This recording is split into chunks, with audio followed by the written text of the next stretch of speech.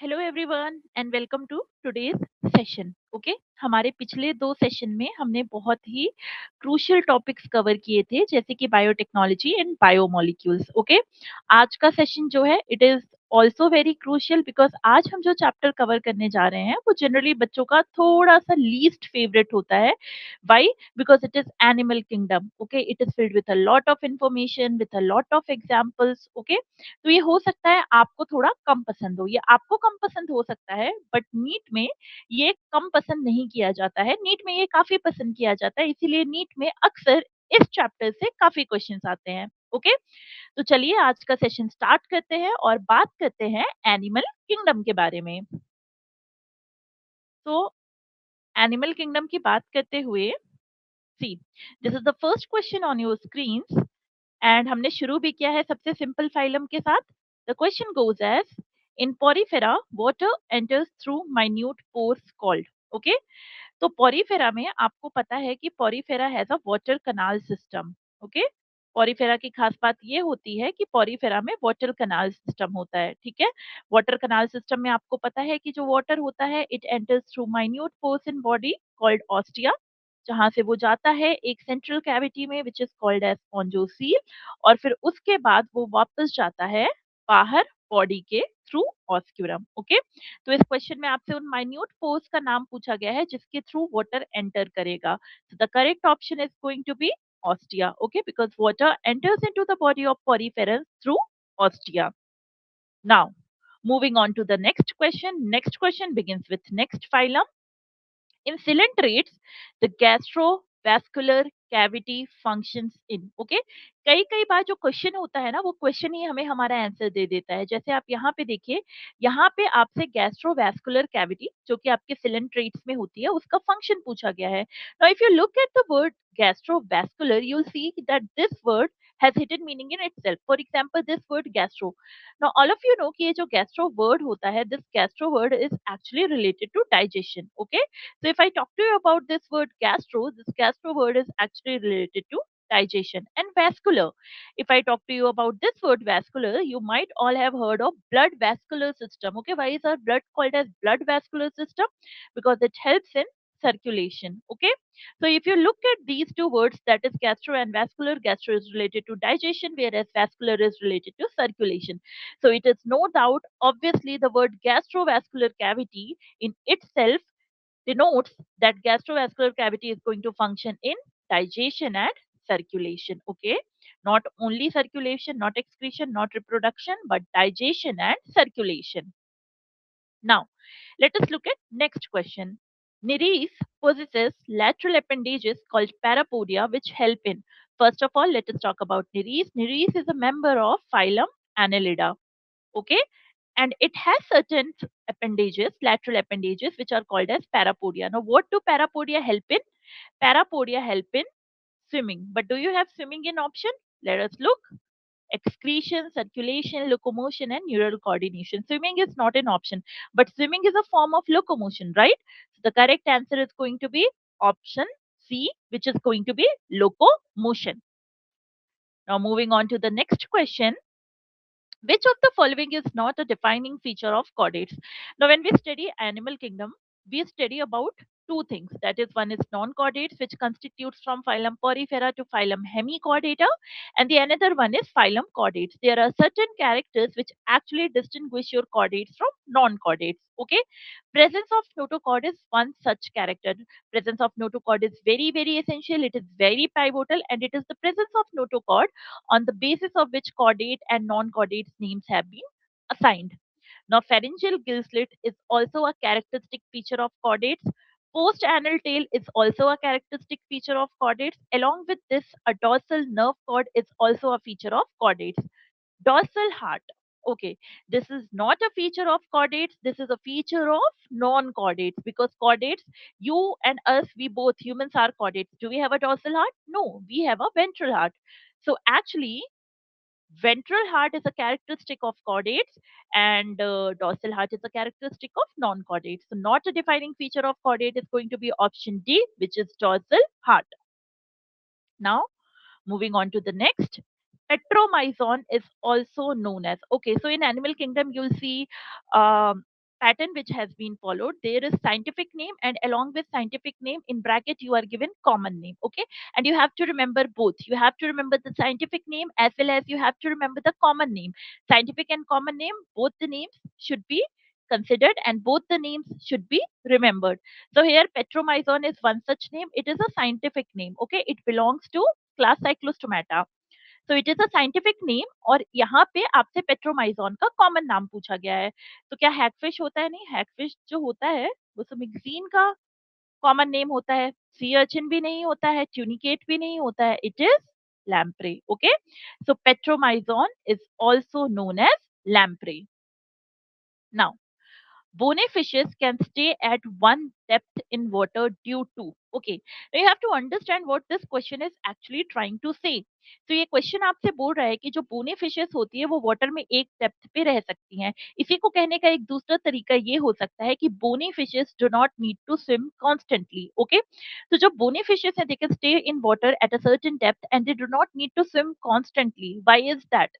Then that is due to the presence of air bladder. Okay, ये जो air bladder होता है bony fishes you know is just another name or common name for Osteichthyes. Okay, it is a common name of class Osteichthyes. जो Osteichthyes होती हैं, जो bony fishes होती हैं, उनका एक बहुत ही कैरेक्टरिस्टिक फीचर होता है जो उनको कॉन्ड्रिकथायस से अलग बनाता है और वो होता है the presence of air bladder. ये जो एयर ब्लैडर होता है ये उनको बायोंसी प्रोवाइड करता है और इस बायोंसी के चलते वो क्या कर सकती हैं?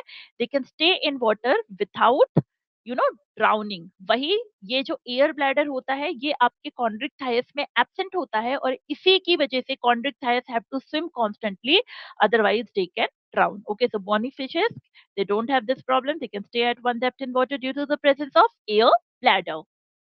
Now moving on to the next question. Which of the following amphibians is known as a tree frog? Okay, salamandra. Okay, salamandra का आपको कॉमन नाम पता है. salamandra का कॉमन नाम है salamander. Okay, so this is not a tree frog. Bufo की बात करें तो बूफो आपका टोड होता है. इक्थायोपिस की बात करें तो ये आपका लिम्बलेस एम्फीबिया होता है. ओके, तो यहाँ पे आपका एक ही ऑप्शन बचता है जो आपका ट्री फ्रॉग कहलाएगा and that is Hyla. So option c Hyla is correct. Now moving on, which of the following bird is flightless? Okay, तो यहाँ पे आपसे पूछा गया है कि इन चार ऑप्शन में कौन सी बर्ड ऐसी है जो कि उड़ नहीं सकती. अब ये जो भी ऑप्शंस आपको दिए गए हैं यहाँ पे आपको कोई भी कॉमन नाम नहीं दिया गया है. यहाँ पे आपको सारे के सारे साइंटिफिक नेम्स दिए गए हैं. So let us look at our options. Neophron. Neophron आपको पता है. Neophron is vulture, and as all of you know, vulture are very well capable of a flight. Now Struthio. Struthio is your ostrich. Psittacula. Psittacula is your parrot. Pavo. Pavo is the national bird of India as it is peacock. Okay, तो यहाँ पर कौन सी ऐसी bird है जो नहीं उड़ सकती? It is Struthio or ostrich. Next question. In birds, air sacs are connected to lungs and function in. Okay, ये देखो बच्चों, I think it is one of those questions जहाँ पे अगेन ये लॉजिक वैलिड होगा कि कभी कभी जो क्वेश्चन होता है वही हमें आंसर बता देता है. अब जैसे आप यहाँ पे नाम देखिए बच्चों, एयर सैक्स. ओके, अगर आप एयर सैक्स का नाम भी देखेंगे तो you can actually deduce very easily that it has something to do with air and it has something to do with respiration. Is it involved in food digestion? No. It is involved in salt excretion? No. Sound production के लिए bird में you know कि they have syrinx. Okay, they have a special structure syrinx, and air sacs are not connected to sound production. They are actually connected to thermoregulation and respiration. So option C is going to be correct. Now moving on to the next question. Mammals like ornithorhynchus and echidna differ from other mammals because they. Okay, ornithorhynchus आपको पता है बच्चों, ये जो होता है ये आपका प्लेटिपस होता है. ओके, एंड आपका echidna भी जो होता है, इन दोनों में एक खास बात होती है. They are called as connecting link between mammals and reptiles. Okay, why is ornithorhynchus called as connecting link between mammals and reptiles? Because like reptiles, they are oviparous. Okay, ये mammals होते हैं, इनमें mammalian character होता है, इसमें mammary gland होता है, but mammary gland के साथ साथ इनमें एक और characteristic होता है जो इन्हें बाकी mammals से अलग करके reptiles के close लाता है, that is oviparity. They are egg laying mammals. Okay, so how do they differ? Because they are viviparous, no. Aquatic, no. Have four chambered hearts, no. But they are oviparous. oviparous. Okay, so mammals like Ornithorhynchus and Echidna differ from other mammals because they are oviparous. Now, moving on to the next question. Which of the following mammals show development of the embryo inside a pouch? Okay बच्चों, यहाँ पर basically आपसे pouched mammals के बारे में पूछा गया है. ओके, और आपको अच्छी तरीके से पता है जो आपके पाउच्ड मैमल्स होते हैं उसमें आपके जो मार्सुपियल्स होते हैं जैसे कि आपका कैंगारू हो गया वो आते हैं. ओके, आप सबने कैंगारू को देखा है. कैंगारू जो होता है वो एक पाउच कैरी करता है जिसमें उसका बेबी जो होता है जिसे कि हम जोई कहते हैं वो प्रेजेंट होता है. ओके, लेकिन यहाँ पे आपको कॉमन नाम नहीं दिया गया है, यहाँ पे आपको साइंटिफिक नाम दिया गया है. ओके, ऑर्निथोरिंकस के बारे में हमने अभी अभी डेवलप डिस्कस किया. It is platypus. ओके, तो ये तो होगा नहीं. Then we have Equus. Equus is the scientific name for horse and Panthera leo is the scientific name for lion. Okay, और ये जो मैक्रोपस होता है, Macropus is actually the scientific name for kangaroo. Okay, तो कौन सा mammal ऐसा होगा which shows development of the embryo inside a pouch? It is going to be Macropus. Now, moving on to the next question. How many of the following are oviparous mammals? चलिए देखते हैं. Aptenodytes. Aptenodytes क्या mammal होता है? नहीं. तो penguin का नाम है. Okay, so it cannot be mammal. Ornithorhynchus is a mammal, Macropus is a mammal, Delphinus dolphin is a mammal, and Balanoptera, which is blue whale, is a mammal. अब यहाँ पे पूछा गया है कि oviparous कौन है? तो oviparous आपको पता है Ornithorhynchus होता है, Macropus, Delphinus, and Balanoptera are not oviparous. Okay, तो यहाँ पे बस एक Ornithorhynchus होगा. So the correct option is going to be option D, 1. Now moving on, the stinging structures found in the tentacles of cnidarians are known as. Okay, ये जो cnidarians होते हैं इनका नाम cnidarian क्यों पड़ता है? Okay, they are called as cnidarians because they have a very characteristic cell called as cnidoblast. Okay, all the cnidarians possess this cnidoblast cell. Okay, and due to the presence of this cnidoblast cell they are also called as cnidarians. Now your cnidoblast is a cell and this cnidoblast cell contains stinging structures. Okay, it has stinging structures. And what are those stinging structures inside a cnidoblast cell? They are nematocysts. Okay, so these nematocysts are the stinging structures which are found inside cnidoblast cells. Okay, so the stinging structures found in the tentacles of cnidarians are going to be nematocysts. Okay, now moving on to the next question. Identify the animal from which commercial pearls are usually obtained. Okay, commercial pearl आपको जो होता है आपको पता है Perl oyster होता है which belongs to phylum Mollusca और उससे आप कमर्शियल पर्ल्स जो होते हैं उनको ऑब्टेन करते हैं. Sepia, let us look at sepia. Sepia जो होता है it is a mollusca but it is your cuttlefish. Okay, so you cannot obtain pearls from this. Dentalium again is your tusk shell and this is not correct. Aplysia is your sea hair and this is again not correct. Pink tada. Pink tada is just another name for pearl oyster. Okay, so यहाँ पे the animal from which commercial pearls are usually obtained is going to be option C. Hence your option C, pink tada, is going to be correct option. Now moving on. Okay, so we have a match the following. So we have to match column 1 with column 2 and we have to select the correct option. Flame cells. Flame cells or solenocyte, you know, they are the excretory structures of platyhelminthes. So A is going to match with 2. Choanocytes. Okay, choanocytes are also called as collar cells and they are present in the cavity of, they are lining the cavity of porifera. Okay, so B is going to be 3. Choanocytes are the characteristic feature of porifera. Now you have complaints. Complaints are present in your tenoplana, tenophora and they help in locomotion.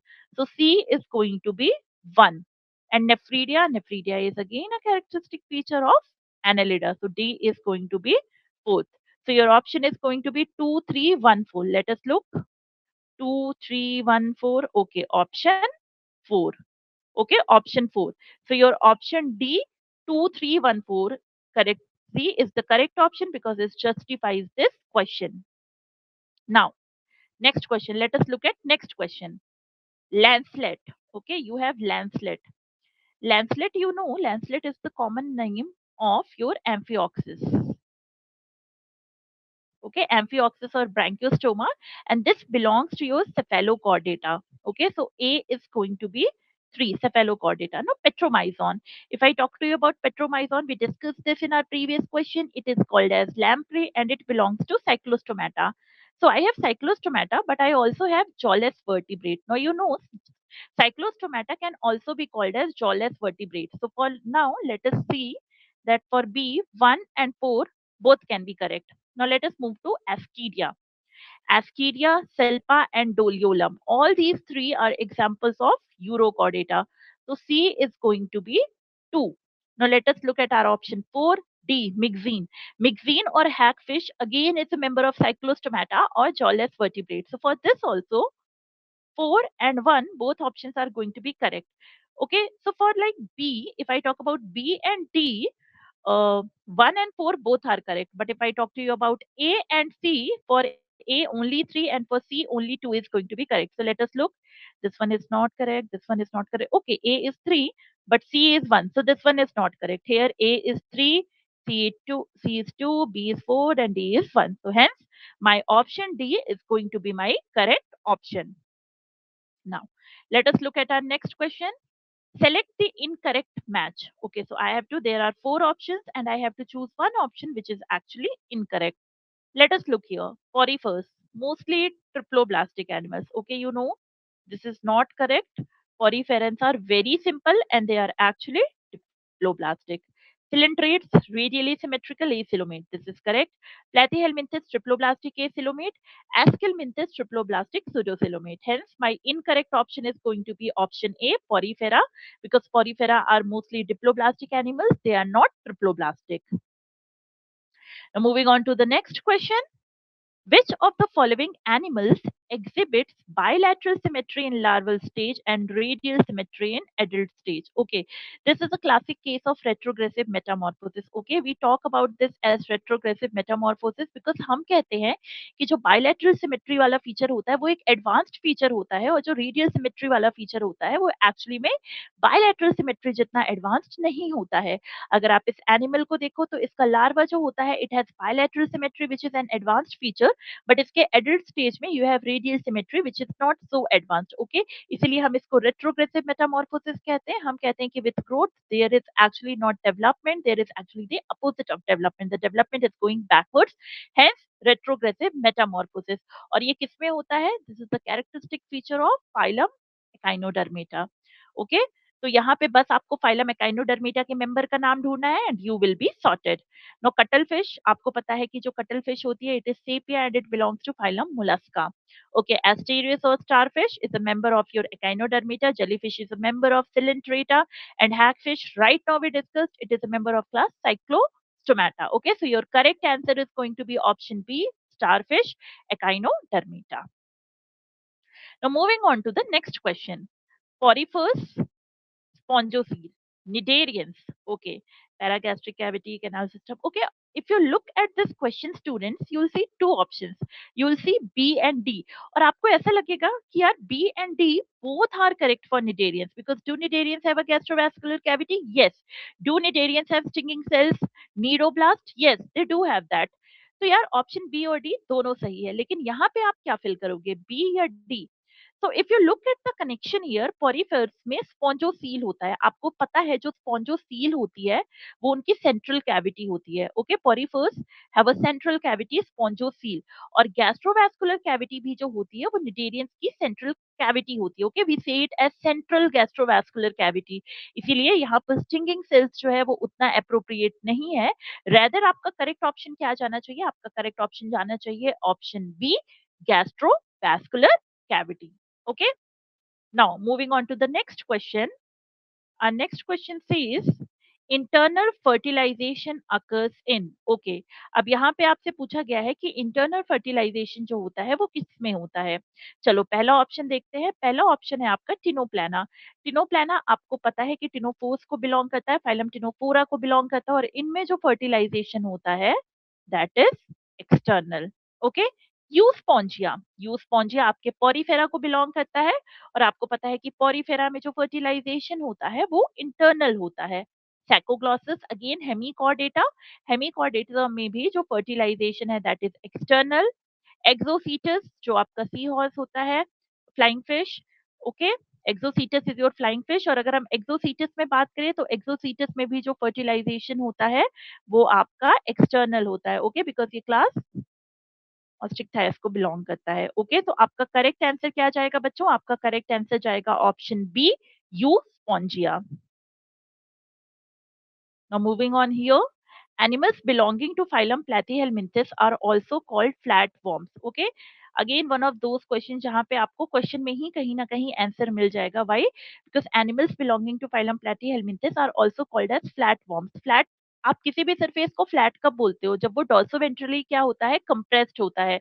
तो अगर आप phylum प्लेटीहेल्मिंथेस के member को भी देखोगे तो इनकी एक कैरेक्टरिस्टिक फीचर ये होता है that their body is dorsoventrally compressed. Okay, and that is the reason why they are being called as flatworms. So your correct answer is going to be option B.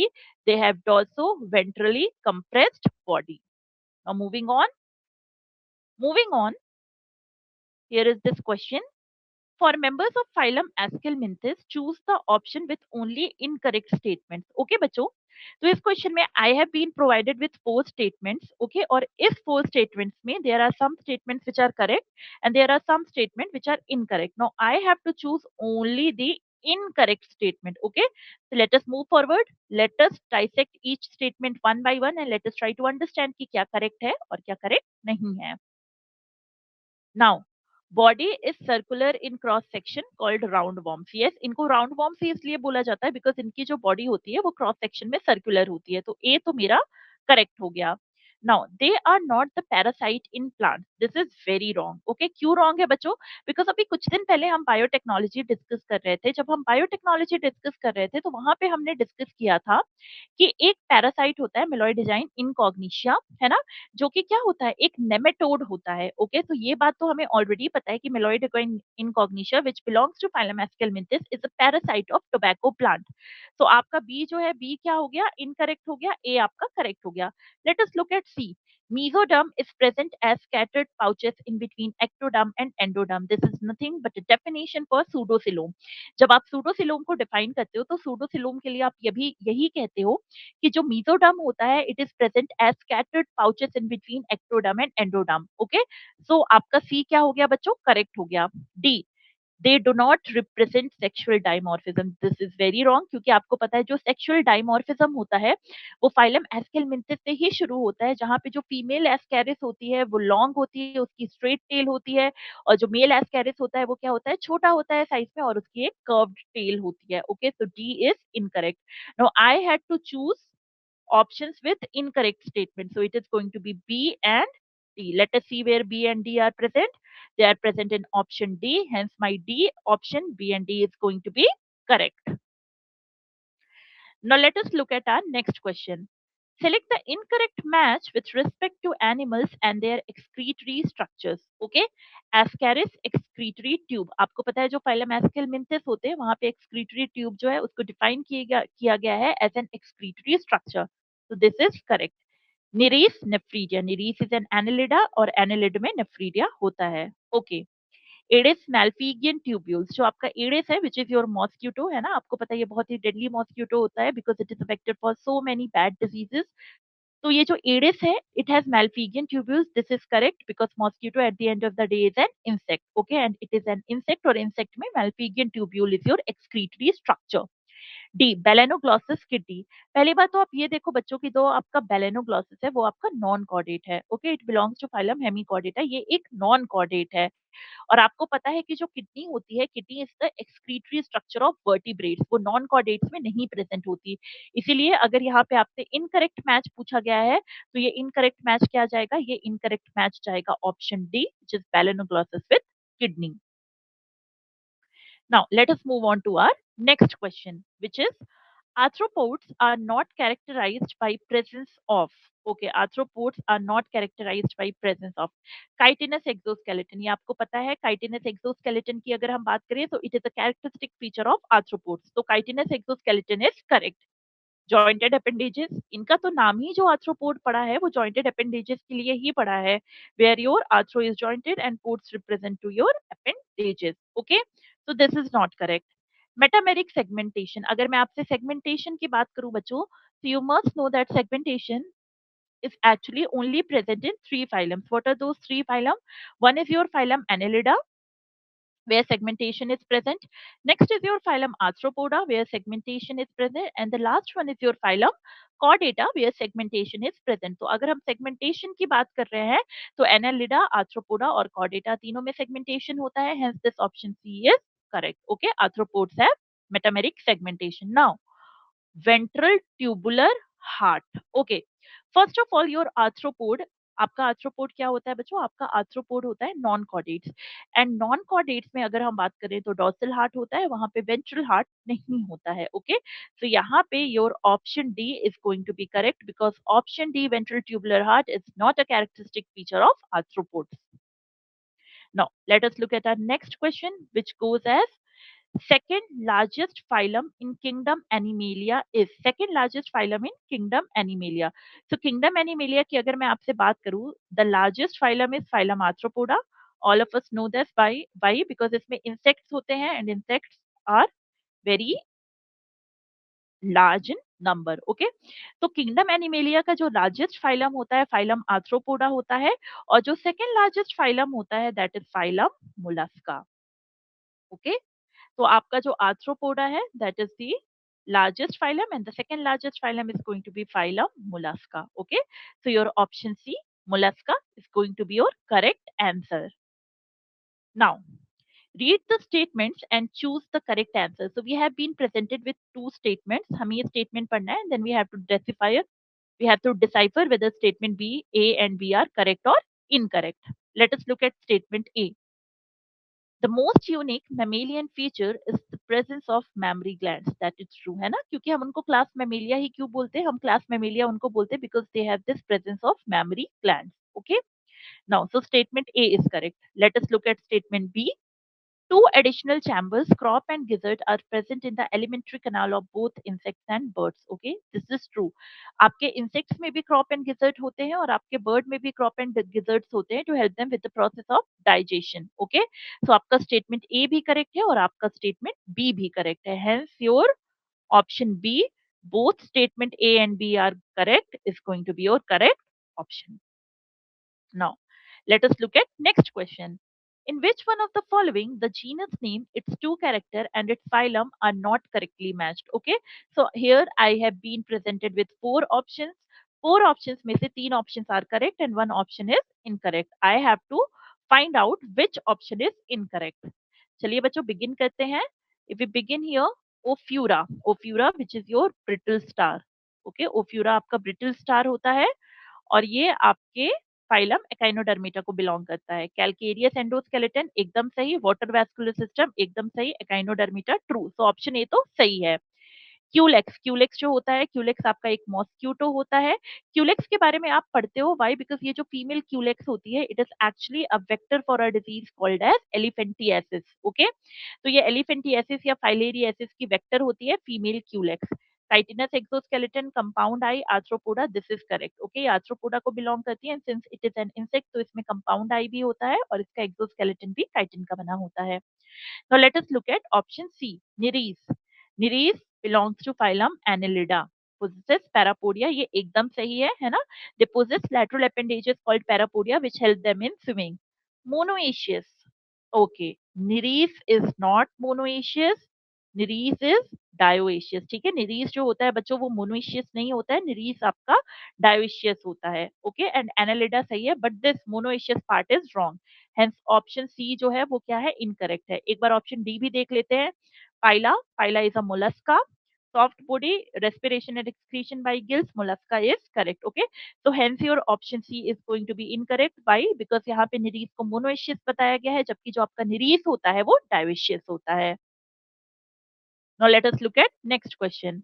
Absence of head, presence of unsegmented body, and endoskeleton of calcareous plates are the characters of members placed in phylum. Okay, head absent है, unsegmented body है, इसका मतलब Annelida, arthropoda या Chordata तो नहीं हो सकता. तो ये दोनों ऑप्शंस तो वैसे ही हट गए. व्हाई? बिकॉज इनमें सेगमेंटेशन प्रेजेंट है और यहाँ पे अनसेगमेंटेड बॉडी की बात हो रही है. Then absence of head, and then endoskeleton of calcareous plates. This endoskeleton of calcareous plates जो होता है, it is a characteristic of echinodermata, and echinodermata में head भी जो होता है वो absent होता है. Hence your correct option is going to be option D, echinodermata. Now let us look at next question. Which of the following is a true fish? अब ये true fish क्या होगी? True fish होगी जो आपकी class Cyclostomata को नहीं बल्कि क्लास कॉन्ड्रिक्थायस और ऑस्ट्रिक्थायस को बिलोंग करेगी. तो चलो देखते हैं. Dogfish, okay, dogfish is your Spoliodon, okay, and it belongs to Chondrichthyes. तो ये तो एकदम सही है ना. Chondrichthyes को बिलोंग करती है, ये तो फिश होती है. सिल्वर फिश आपके फाइलम आर्थ्रोपोडा को बिलोंग करती है और ये कोई फिश नहीं होती. ठीक है. कटल फिश अगेन जो होती है वो आपके मोलस्का को बिलोंग करती है, and this is not a fish.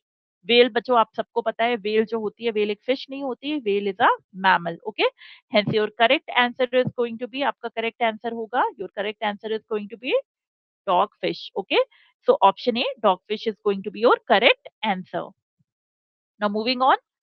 Select the incorrect match with respect to presence of given features. Okay, चलो देखते हैं इसमें. Aves feather, ये तो बात एकदम सही है. Aves जो होते हैं they are characterized by the presence of feather. So this is correct and we have to choose the incorrect. Reptilia creeping. Okay, Reptilia word जो आपको पता है वो लेटिन से डिराइव होता है, और क्यों कहा जाता है इनको class reptilia? Due to their creeping and crawling mode of locomotion. So this is correct. Mammalia, body hairs. Okay, mammals are characterized by the presence of body hairs, so this is also correct. Cyclostomata operculated gills. Okay, जो आपका Cyclostomata होता है उसमें जो gills होते हैं उनके ऊपर ओपरक्यूलम की कवरिंग नहीं होती है, इसलिए जो ऑप्शन डी है वो क्या है? ऑप्शन डी आपका इनकरेक्ट है, और यहाँ पे आपको इनकरेक्ट ऑप्शन ही ढूंढना था, इसलिए option D Cyclostomata operculated gills is going to be incorrect and it is going to be your correct option. Now let us look at next question. We have to complete the analogy.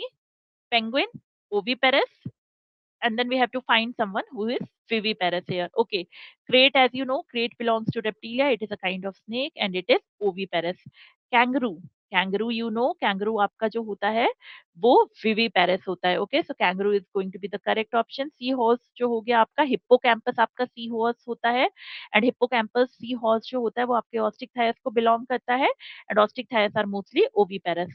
Platypus की अगर हम बात करें, duck billed platypus mammal होता है, but इसमें exception होता है क्योंकि ये ओविपेरस होता है. Hence kangaroo is going to be your correct option. Now let us look at next question.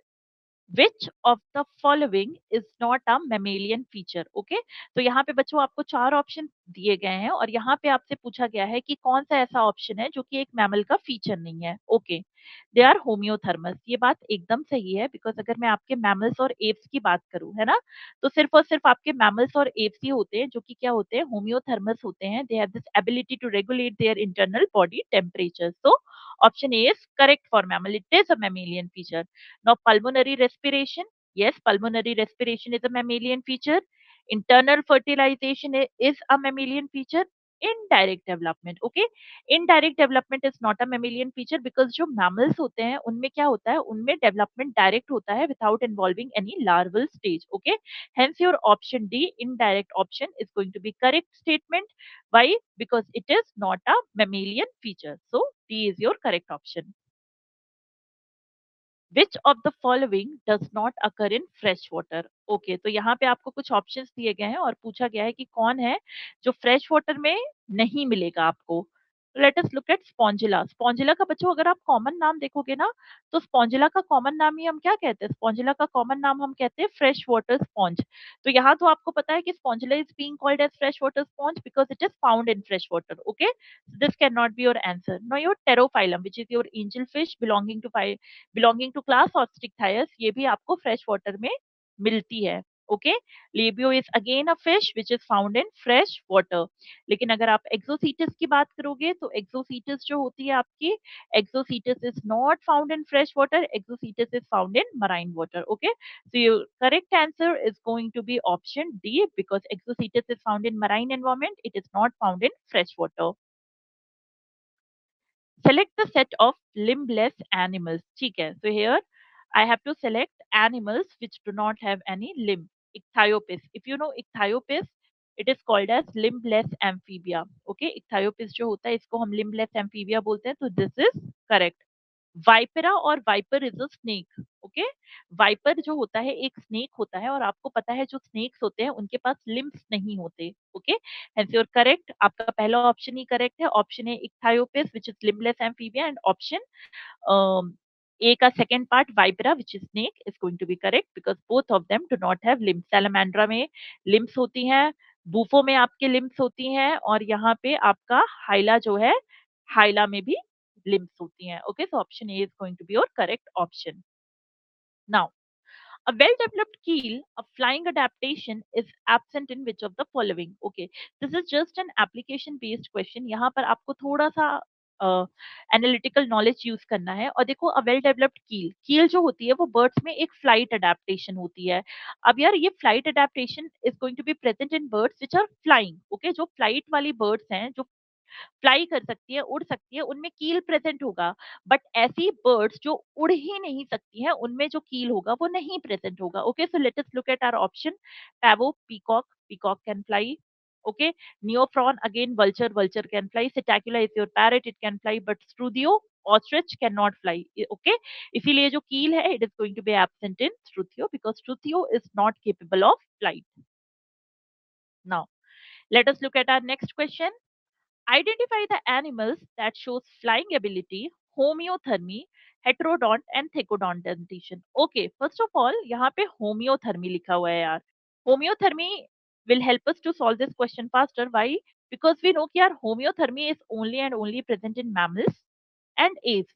Okay, तो अगर यहाँ पे होम्योथर्मी की बात हो रही है, तो होम्योथर्मी is present only in mammals and apps. तो चलिए एक बार देख लेते हैं कि ऑप्शन में कौन मैमल्स एंड एप्स को जस्टिफाई कर रहा है. एक्सोसीटस आपकी फिश होती है, और ओके, एप्टेनोडाइटिस आपकी पेंगुइन है, कोलंबा आपका पिजन है, सो दीस एंड देन टेरोपस. ओके, ना यहाँ पर क्या लिखा है, यहाँ पे फ्लाइंग एबिलिटी लिखी है, तो फ्लाइंग एबिलिटी से तो लग रहा है कि ये बर्ड होनी चाहिए because bird is capable of flight. ठीक है, फ्लाइंग एबिलिटी से मुझे ऐसा लग रहा है कि ये बर्ड होना चाहिए. But then if I look at the question, flying ability के साथ साथ यहाँ पर हेट्रोडॉन्ट एंड थेकोडॉन्ट डेंटिशन भी लिखा है. ओके, अगर आपने डेंटिशन की बात कर दी, then your birds are going to be out of picture. Why? Because birds में तो तीत ही नहीं होते है ना, बर्ड्स आर टूथलेस. अब अगर उनमें तीत ही नहीं होते तो उनमें डेंटिशन की बात कैसे होगी? Then this heterodont and thecodont dentition is actually a characteristic feature of mammal. तो ये तो मैमल होना चाहिए, बट यहाँ पे फ्लाइंग एबिलिटी भी लिखा हुआ है.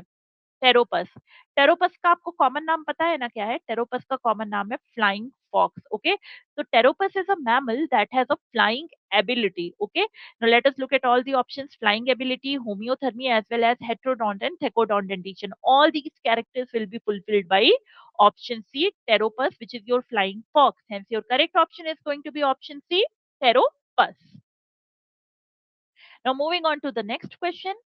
Blood vessels called capillaries are likely to be lacking in which of the following animals? Okay, so this is just another way of asking कि इनमें से कौन सा एनिमल है जिसके पास there will be open circulation. Okay, because आपको पता है जब क्लोज सर्कुलेशन होता है, तो क्लोज सर्कुलेशन में आपकी कैपिलरीज प्रेजेंट होती हैं. जो ब्लड होता है वो डिफाइंड ब्लड वेसल्स के अंदर ही फ्लो करता है, लेकिन जो कैपिलरीज होती हैं they are lacking in your open circulation. Okay, so let us look at our options.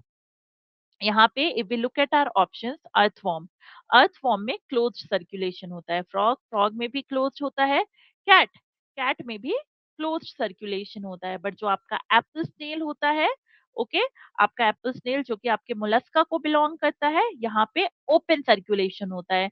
Hence your correct answer is going to be option C, apple snail. Now let us move forward with the next question. Select the animal whose adult stage does not exhibit radial symmetry. Okay, we just discussed it in our previous question. Adult stage जहाँ पे radial symmetry ना present हो, this is a characteristic feature of phylum Echinodermata. retrogressive metamorphosis होती है इसमें. अब Echinodermata का आपको बस यहाँ पे एग्जाम्पल ढूंढना है. ठीक है, तो यहाँ पे ओफ्यूरा, ओके, ओफ्यूरा जो कि आपका ब्रिटल स्टार होता है, is a member of phylum Echinodermata. Okay, so your option A, ophiura, is going to be correct. एनसाइक्लोस्टोमा की अगर हम बात करें, हुक फॉर्म होता है, एस्केलमिंथिस से बिलोंग करता है. टिनोप्लाना जो होता है वो टिनोफोर्स को बिलोंग करता है. ओके, और जो आपका अडैम्फिया होता है, Adamsia which is your sea anemone, this is also not a member of echinodermata. Okay, so your option A, Ophiura, is going to be your correct option. Now let us look here.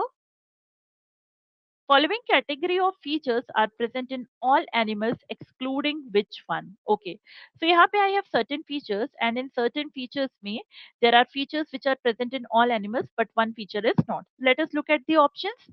Multicellularity, this is correct, all animals are multicellular. Division of labor, again correct. Made up of eukaryotic cells, true. Presence of nervous system, okay, अगर मैं nervous system की बात करूं तो nervous system is not a characteristic of all animals, because जो basic neurons भी बनने start होते हैं वो बेसिक न्यूरॉन्स बनने स्टार्ट होते हैं आपके फाइलम सिलेंट्रेटा से। ओके, स्पॉन्जेस या पॉरीफेरा की अगर मैं बात करूं तो वहां पे आपके न्यूरॉन्स भी प्रेजेंट नहीं होते, hence presence of nervous system can not be a characteristic feature of all animals, hence your option D is going to be your correct answer. Now let us look at our next question. Select the incorrect match between the organism and its characteristic feature. Okay. Euspongia, body with loose cell aggregates. Okay, Euspongia जो कि आपका bath sponge कहलाता है, इसका common नाम bath sponge होता है और ये आपके फाइलम पॉरीफेरा का मेंबर होता है। Okay, it is a member of your phylum Porifera. और पॉरीफेरा में आपको पता है सेलुलर लेवल ऑफ ऑर्गेनाइजेशन होता है, तो body with loose cell aggregate is a very well correct definition. Planaria, okay, planaria की अगर मैं आपसे बात करूं तो प्लेनेरिया आपको पता है प्लेथीहेल्मिंथेस का मेंबर होता है। Okay, Planaria is a member of Platyhelminthes, high capacity of regeneration, diploblast. Okay, देखो आपके जो प्लेथीहेल्मिंथेस होते हैं ना वो ट्रिप्लोब्लास्टिक होते हैं, प्लेथीहेल्मिंथेस आर ट्रिप्लोब्लास्टिक, तो प्लेनेरिया के लिए अगर आप डिप्लोब्लास्टी बोल रहे हो तो ये इनकरेक्ट होगा। ठीक है, Ascaris complete digestive system, this is correct. Nere's blood is circulated through a series of vessels with varying diameter, just another way of seeing that Nere's has a closed blood circulation, it is correct. तो यहाँ पे आपका सिर्फ और सिर्फ एक ही incorrect match है, and that is option B, planaria with diploblasty, because planaria belonging to phylum Platyhelminthes is triploblastic, it is not diploblastic. Now let us look at our next question. Wuchereria triploblastic pseudocoelomate. Okay, जो wuchereria होता है वो phylum Aschelminthes को belong करता है। wuchereria आपको पता है इसे filarial worm भी कहा जाता है। Why? Because it causes the disease elephantiasis. Okay, triploblastic pseudocoelomate ये एकदम correct है। Now you have to select someone who is triploblastic as well as acoelomate. आपको पता है ना ये जो कैटेगरी होती है ट्रिप्लोब्लास्टिक एसिलोमेट, ये कैटेगरी आपके प्लेथीहेल्मिंथेस ही फुलफिल करते हैं। So this triploblastic acoelomate condition जो है ये platyhelminthes fulfill करते हैं, so you just have to look for platyhelminthes. Okay, Trichinella, this is an Aschelminthes. Physalia again आपका Coelenterata को belong करता है। Sycon और Sypha आपके Porifera को belong करता है। And Fasciola, Fasciola is a Platyhelminthes. Okay, तो यहाँ पर आपका करेक्ट ऑप्शन क्या जाएगा? आपका करेक्ट ऑप्शन जाएगा option C, which is Fasciola. Now moving on to our next question. Which of the following is incorrectly categorized? Okay, यहाँ पर भी मुझे incorrect categorization देखना है। Anopheles, Culex, Aedes, vector arthropods एकदम सही है। एनोफिलिस जो होती है आपकी वो आपको पता है कि जो आपका मलेरिया होता है, प्लाज्मोडियम होता है, उसे कैरी करती है। क्यूलेक्स अगेन आपके फाइलेरियल जो फाइलेरिया होता है उसको स्प्रेड करती है। एडिस इजिप्टी भी आपका क्या करता है? डिजीजेस को स्प्रेड करता है। So this is correct, they are vector for diseases. B, Apis, Bombyx, Limulus, economically important insect. Okay, Apis जो होती है वो हनी भी होती है, बॉम्बिक्स जो होता है सिल्क वॉर्म होता है, दीज टू आर करेक्ट। लेकिन लिमुलस जो होता है it is not an economically important insect, it is actually called as living fossil, तो लिमुलस सही नहीं है। King crab living fossil, this is correct because limulus is just the scientific name of king crab. Okay, limulus का common name होता है king crab and it is a living fossil, तो ये correct है। लोकस्टा economically harmful insect, this is correct because जो locust होते हैं वो क्या करते हैं, वो क्रॉप प्लांट्स जो होते हैं उनको हार्म करते हैं, and that is why they are economically harmful insect. Hence your correct option is going to be option B, because यहाँ पर जो लिमुलस को इकोनॉमिकली इंपॉर्टेंट इंसेक्ट कह के कैटेगराइज किया गया है, this is an incorrect categorisation.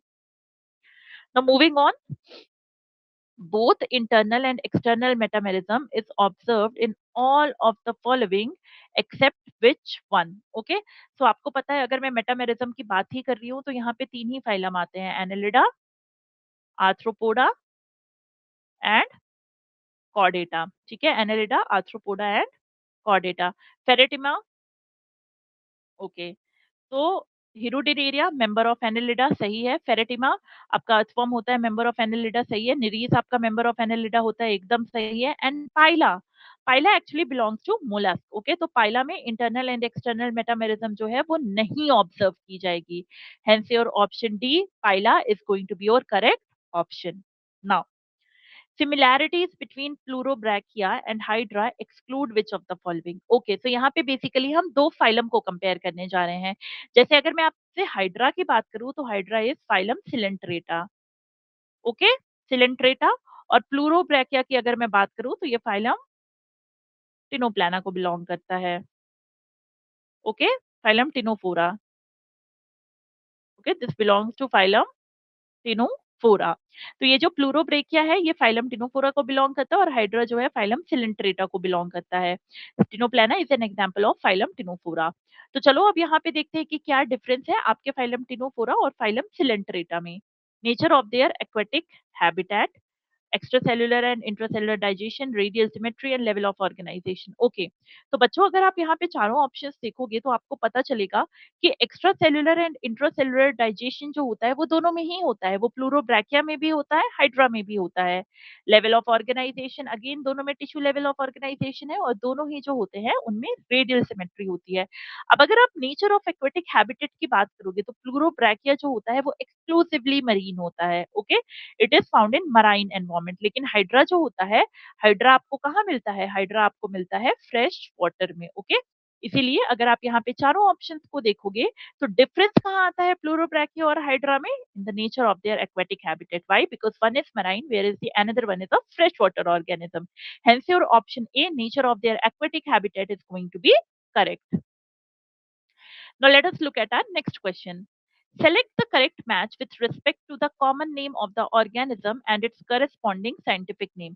तो यहाँ पे आपको scientific name और common name का क्या दिया गया है, एक पेयर दिया गया है और आपको यहाँ पे ये बताना है कि कौन सा पेयर जो है वो करेक्ट है। चलो देखते हैं।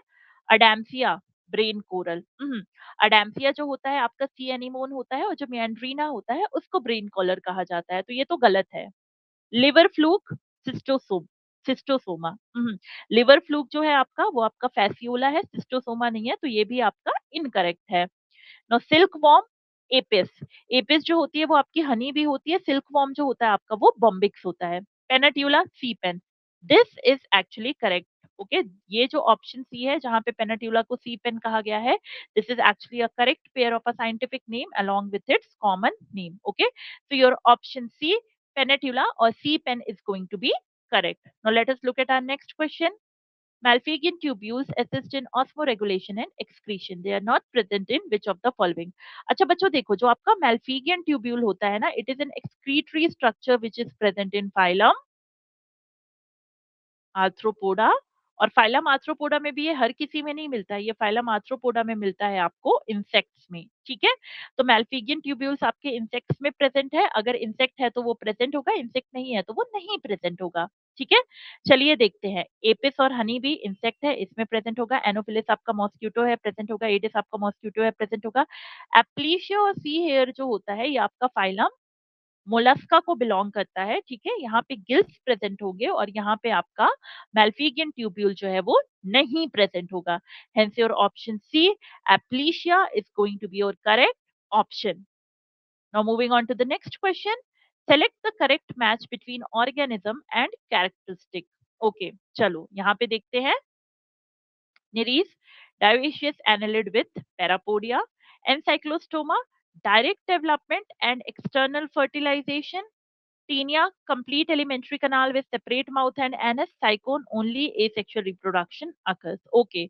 बच्चों यहाँ पर अगर आप देखोगे तो taenia complete alimentary canal, taenia में पहली बात तो एलिमेंट्री कनाल होता ही नहीं है, okay, taenia is a tapeworm और टीनिया में तो complete absence of alimentary canal होता है। साइकॉन की अगर हम बात करें तो ये फाइलम पॉरीफेरा को बिलोंग करता है और यहाँ पे sexual and asexual reproduction both होता है। एनसाइक्लोस्टोमा की अगर हम बात करें तो यहाँ पे डायरेक्ट डेवलपमेंट नहीं होता है, यहाँ पे इनडायरेक्ट डेवलपमेंट होता है, ये भी गलत हो जाता है, okay. So the correct match or the correct option is going to be option A, which is Nereis. It is a dioecious annelid with parapodia. Now let us look at next question. Choose the odd one out with respect to jointed appendages. अब यार बच्चों jointed appendages जो होते हैं, jointed appendages are a characteristic feature of phylum Arthropoda जिसके basis पे ही phylum Arthropoda का नाम रखा गया है. ओके, तो चलो देखते हैं यहाँ पर जो भी phylum Arthropoda का मेंबर नहीं होगा वो jointed appendages कंटेन नहीं करेगा. Limulus और king crab Arthropoda, Loligosquid होता है mollusca, Lacifer और lac insect Arthropoda, Locusta, locust Arthropoda. Okay, तो यहाँ पर चारों ऑप्शंस को देखते हुए आप समझ सकते हो कि जो आपका लॉलिगो स्क्विड है it is a Mollusca and hence it will be the odd one out. Okay, चलो now we are going to take up our last question. तो ये हमारा लास्ट क्वेश्चन होगा, हम इसे देखते हैं. Now it is a statement based question. It says, read the given statements about Balanoglossus and select the correct option. ठीक है, चलो इसको देखते हैं. ऑप्शन ए, स्टेटमेंट ए को देखते हैं. Statement A says Balanoglossus is a segmented hemichordate with cylindrical body. Okay, Balanoglossus is a hemichordate, that is correct, but is it segmented? No. We have time and again discussed here it in this lecture that segmentation जो होता है वो सिर्फ और सिर्फ आपके annelid, arthropod और chordate में present होता है. Hence your option A is incorrect. Option B देखते हैं. Its body is composed of an anterior proboscis, a collar and a long trunk. Okay, ये जो है ये सही है. But option A, statement A जो है आपका वो इनकरेक्ट है. तो बेसिकली इससे मुझे ये समझ में आता है कि मेरा जो स्टेटमेंट ए है वो करेक्ट है, लेकिन मेरा सॉरी इनकरेक्ट है, और जो स्टेटमेंट बी है वो क्या है, करेक्ट है. तो बस देखते हैं option, only statement A is correct. Okay, तो यहाँ पर ये जो आपका ऑप्शन वन है, ऑप्शन वन यहाँ पे only statement A is correct, ये गलत है बिकॉज स्टेटमेंट ए इनकरेक्ट है. एंड स्टेटमेंट बी जो कि आपका करेक्ट है it will be option B. ठीक है, तो जो आपका ऑप्शन बी है which states that only statement B is correct सही होगा. A and B both incorrect भी गलत होगा और A and B both are correct भी गलत होगा. Hence your correct answer is going to be option B. Only statement B is incorrect. Okay. So this was all from my side today for Animal Kingdom. बाकी आप Animal Kingdom के जो questions हैं उन्हें practice करते रहिए. NCERT में जो examples दिए हुए हैं Animal Kingdom के उनके ऊपर आप एक अच्छा command रखिए.